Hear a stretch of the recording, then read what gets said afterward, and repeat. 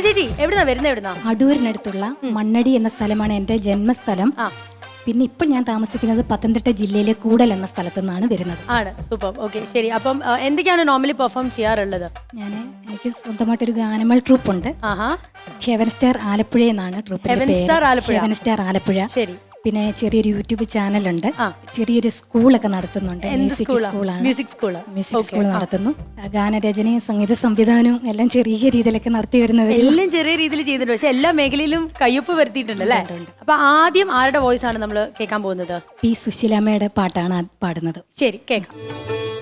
രാജശില്പി നീ എനിക്കൊരു പൂജാ വിഗ്രഹം തരുമോ?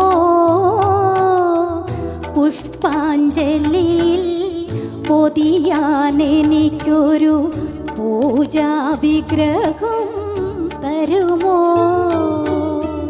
രാജശില്പി.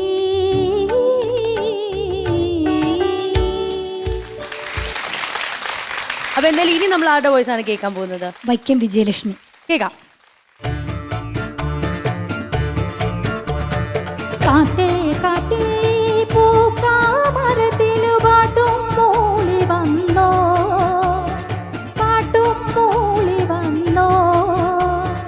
ഞാലിപ്പൂങ്കതളി വാഴ പൂക്കളിലാകത്തെ നിറഞ്ഞോ, അകത്തെ നിറഞ്ഞോ. ആറ്റു നോറ്റ് ഈ കാണാമരത്തിനു പൂവും കായും വന്നോ.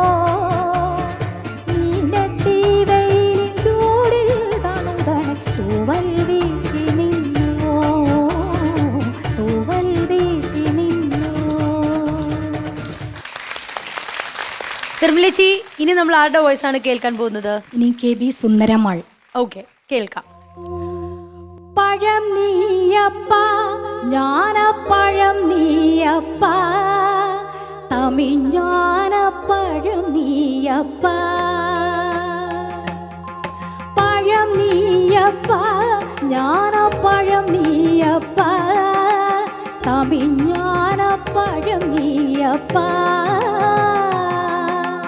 സഭை തന്നിൽ തിരുസഭை തന്നിൽ ഉരുവാകി കുലവോർത്തു പൊരുൾ പോരും പഴം നീയപ്പ, ജ്ഞാനപ്പഴം നീയപ്പ, തമിഴ്ஞானപ്പഴം നീയപ്പ.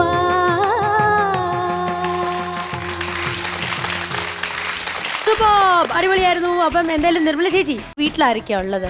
വീട്ടിലെ ഹസ്ബൻഡ്, മക്കള്. ഹസ്ബൻഡും മക്കളും ഉണ്ട്. ആരൊക്കെ ഏറ്റവും കൂടുതൽ സപ്പോർട്ട് ചെയ്യുന്ന? സപ്പോർട്ട് ചെയ്യുന്നത് എൻ്റെ ഫാമിലി ഫുൾ സപ്പോർട്ടാണ്. അതുപോലെ തന്നെ എനിക്ക് എൻ്റെ യൂട്യൂബ് ചാനൽ ഇറക്കിയ അദ്ദേഹം വളരെ സപ്പോർട്ടാണ്. നെഫ്റ്റി നോവ് പുലിയൂർ എന്നാണ് അദ്ദേഹത്തിൻ്റെ പേര്. എൻ്റെ ഫാമിലി, എൻ്റെ സുഹൃത്തുക്കളും, എൻ്റെ ഗുരുനാഥന്മാരും എല്ലാവരും നാട്ടുകാരും ഒക്കെ വളരെ നല്ല സപ്പോർട്ടാണ്. അടിപൊളി. അപ്പം എന്തായാലും ഒരുപാട് സന്തോഷമുണ്ട്. നമ്മുടെ മാസ്റ്റേഴ്സിനോട് നമുക്ക് ചോദിച്ചു നോക്കാം, ചേച്ചി ഇത്രയും പെർഫോമൻസ് കണ്ടിട്ട് അവർക്ക് എന്നാണ് പറയാനുള്ളത്. സ്റ്റാർട്ടിംഗ് വിത്ത് ഇക്ക. നിർമ്മല, നന്നായിരുന്നു കേട്ടോ, നന്നായിട്ട് പാടുന്നുണ്ട്. എഴുത്ത് കാര്യങ്ങളൊക്കെ ഇതിന്റെ കൂടെ സംഭവിക്കുന്നുണ്ട്. ഞാൻ കൊറോണയൊക്കെ സമയത്ത് ഞാൻ വെറുതെ വീട്ടിൽ ഇരുന്നപ്പോൾ എല്ലാവരും വീട്ടിൽ വെറുതെ ഇരിക്കുന്ന ആ സമയത്ത് 10 സോങ് എഴുതിയായിരുന്നു. ഒരു 7 ഭക്തിഗാനവും 3 പ്രണയഗാനവും. ഈ മ്യൂസിക് ചെയ്ത് ലിറിക്സ് ഒക്കെ എഴുതി കഴിയുമ്പോൾ സ്വയം പാടുകയാണോ അല്ലെങ്കിൽ വേറെ ആരെങ്കിലും കൊണ്ട് പാടിക്കോ? ഞാൻ തന്നെ പാടുകയാണ്. സ്വന്തം തന്നെ പാടുക? അതെ അതെ. ആരെയും കൊണ്ട് പഠിക്കൂല? ആരെയും കൊണ്ട് ഇതുവരെ പഠിച്ചിട്ടില്ല. അപ്പോൾ എല്ലാവിധ ആശംസകളും എല്ലാവിധ പ്രവർത്തനങ്ങൾക്കും. നന്നായിട്ട് പാടി കേട്ടോ, നല്ല രസമുണ്ടായിരുന്നു.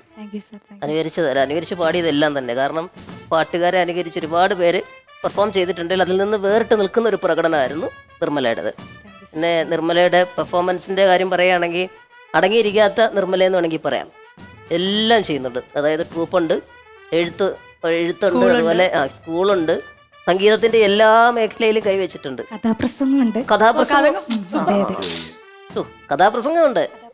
പ്രൊഫഷണലായിട്ട് ചെയ്യുന്നുണ്ട്. കാതികയാണ്. അപ്പോൾ അതായത് വീട്ടിലൊരു പ്രോഗ്രാം ബുക്ക് ചെയ്യാൻ വന്നാൽ അവരോട് ഗാനമേള ഞങ്ങളുടെ അമ്പലത്തിൽ നടത്തൂല. അയ്യോ, കഥാപ്രസംഗം ഉണ്ട്. അല്ല, കഥാപ്രസംഗം കഴിഞ്ഞ പ്രാവശ്യം നടത്തിയ ബാലയുണ്ട്, ബാല. അതൊന്നുമല്ല, മെനു കാർഡ് കൊടുക്കുക, ഏത് വേണം സെലക്ട് ചെയ്ത് എല്ലാം ഞാൻ തന്നെ ചെയ്യും. അതായത് പറഞ്ഞത് എല്ലാ മേഖലയിലും കൈവയ്ക്കുന്ന നല്ലൊരു കലാകാരിയാണ്. അപ്പോൾ തീർച്ചയായിട്ടും എല്ലാ അഭിനന്ദനങ്ങളും എല്ലാ ആശംസകളും കേട്ടോ Nirmala. Sir thank you thank you thank you. ചിലി ചേട്ടാ. നിർമ്മല പ്രദീപ് അസലായിട്ടുണ്ട്. Sir thank you. പാട്ട് പഠിക്കാണ്ടല്ലേ ഇത്രയും പാടിയത്? പാട്ട് കുറച്ചൊക്കെ പഠിച്ചിട്ടുണ്ട്. പഠിച്ചിട്ടുണ്ട്? ഉണ്ട് ഉണ്ട്. ഇപ്പൊ പഠിക്കുന്നില്ലല്ലേ? ഇപ്പൊ പഠിക്കുന്നില്ല.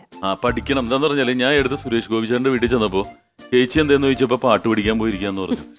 അത് വലിയൊരു ഗായികയൊന്നും ആവാനല്ല, ആ ഒരു അനുഗ്രഹം ദൈവം തന്നിട്ടുണ്ടെങ്കിൽ നമ്മൾ പോളിഷ് ചെയ്തുകൊണ്ടിരിക്കണം. അപ്പൊ അത് കൂടുതൽ തിളങ്ങുന്നതായി മാറും. കാരണം ഇത്രയും നല്ല കഴിവ് ഉള്ള ഒരാളല്ലേ, മൾട്ടി ടാലന്റഡ് ആണ്, മൾട്ടി ടാസ്കിങ് ആർട്ടിസ്റ്റാണ്. ഒരു ഭയം കിടപ്പുണ്ട്. കഥാപ്രസംഗം എന്ന് പറയുമ്പോൾ ഞാൻ കണ്ടിട്ടുള്ള ആദ്യത്തെ കാതികൻ ഇതാണ്. ഭയങ്കര ലൗഡറും ഒച്ചയൊക്കെയുള്ള ഒരാളാണ്. അപ്പൊ ഇത്ര ഒതുങ്ങി നിൽക്കേണ്ട ഒരാളല്ല, എന്തോ ഒരു ഭയം ഉള്ളി കിടപ്പുണ്ട്. നമ്മൾ തെറ്റൊന്നും ചെയ്തിട്ടില്ലല്ലോ, പിന്നെ എന്തിനാ പേടിക്കുന്നത്? ഇതുപോലുള്ളൊരു വേദി കിട്ടാൻ എത്രയോ മലയാളികൾ കൊതിക്കുന്നുണ്ടെന്നറിയോ? 3.5 കോടി മലയാളികൾ ഉണ്ടെങ്കിൽ അതിൽ വളരെ കുറച്ച് പേർക്കാണ് ഇതുപോലത്തെ ചാൻസ് കിട്ടുന്നത്. അപ്പൊ അത് നമ്മൾ സാറിന്റെ അടുത്ത് കഥാപ്രസംഗം പഠിക്കാൻ പോയില്ലേ? ഞാൻ കഥാപ്രസംഗം അവിടെ ചെന്ന് കഴിഞ്ഞപ്പോ എന്തിനാ വന്നെന്ന് ചോദിച്ചപ്പോ കഥാപ്രസംഗം, ആദ്യം കഥാപ്രസംഗം എന്ന് പറഞ്ഞു പഠിക്കുന്നു പറയും. എന്നിട്ട് എന്നെ പറഞ്ഞു വിട്ടിട്ടാണ്. കാരണം അത് നിസ്സാര കാര്യമല്ല, അത് ഇത്രയും മിമിക്രി പോലെയല്ല, നമുക്ക് വായിൽ തോന്നുന്ന ഡയലോഗുകളൊന്നും പറയാൻ പറ്റില്ല. അത് ആ എഴുതി വെച്ചിരിക്കുന്നത് പോലെ ഇതും പാട്ടും എല്ലാം കൂടി ഒരു കലാകാരന് കിട്ടുകയാണ്. ഒരു സാധാരണ ഒരു ഫിലിം ആക്ടറിന് ചെയ്യാൻ പറ്റാത്തൊരു ടാസ്ക് ആണത്, അല്ലേ? നിർമ്മലക്ക് കറക്റ്റ് അറിയാൻ പറ്റും. അത് കൃത്യമായിട്ട് പഠിച്ചിട്ട് ഒരു അക്ഷരം പോലും മാറാൻ പാടില്ല. അല്ല, കഥാപ്രസംഗത്തിന് അഭിനയം വേണം, പാട്ടറിയണം, കഥ പറയാനുള്ള സെൻസ് വേണം. ഞാനൊക്കെ യൂണിവേഴ്സിറ്റി കോമ്പറ്റീഷനുമായിട്ട് ക്ലൈമാക്സ് മറന്നുപോയി. അതിന്റെ അത് സിമ്പിളിറ്റി ആയിട്ടപ്പോ പേടിച്ചു പറഞ്ഞിട്ട് പിന്നെ ഞാൻ മന്നിച്ചുപോയി. അപ്പൊ അത് നിസ്സാരം ഒറ്റ പ്രാവശ്യം പറഞ്ഞിട്ടുള്ളത്. ആ മന്നിപ്പ് അവൻ ഇപ്പോഴും മാറിയിട്ടില്ല. അല്ല, ഒറ്റ പ്രാവശ്യം പറഞ്ഞുള്ളത് അവസാനത്തെ പറച്ചിലായിരുന്നു. കാരണം അത്ര ബുദ്ധിമുട്ടാണ്. അത് നിസ്സാരമല്ല, ഭയങ്കര ഡെഡിക്കേറ്റഡ് ആയിരിക്കണം. അപ്പൊ അത്രയും കഴിവുള്ള ഒരാള്, ഞാനൊരൊറ്റ കുറവ് മാത്രമേ കാണുന്നുള്ളൂ, ഒരു ഭയം ഉള്ളി കിടപ്പുണ്ട്. അതങ്ങ് എടുത്ത് മാറ്റി. പറഞ്ഞോളൂ, തുറന്നു പറഞ്ഞോളൂ. ഈ വേദിയിൽ സ്റ്റേജിലൊക്കെ പോകുന്ന ആളല്ലേ, ഇനിയൊക്കെ ഇനി നല്ല ലൗഡർ ആവുക. അപ്പൊ നിർമ്മല പ്രദീപ് ഭയം മാത്രം മാറ്റിയാൽ മതി, ബാക്കി അല്ലാണ്ട്. Okay, all the best. Super super. അപ്പൊ എന്തായാലും ഇവിടെ പറഞ്ഞു വെക്കുന്ന പറയുന്നത് ചേച്ചീനെ ഓരോ നല്ല കാര്യങ്ങൾ പറഞ്ഞു തന്നെ ഇവിടുന്ന് കുറച്ചും കൂടെ അടിപൊളിയായിട്ട്. ഞാനും പറഞ്ഞില്ലേ, ഈ അടിപൊളി പാട്ടൊക്കെ പാടുമ്പോൾ നമുക്കൊരു ഓളം വേണമെങ്കിൽ നിങ്ങളും ഓളം വെക്കണം, എങ്കിലേ നമുക്കും അടിപൊളിയാകാൻ പറ്റുള്ളൂ. ഓക്കെ, എന്തായാലും ഓൾ ദി വെരി ബെസ്റ്റ്.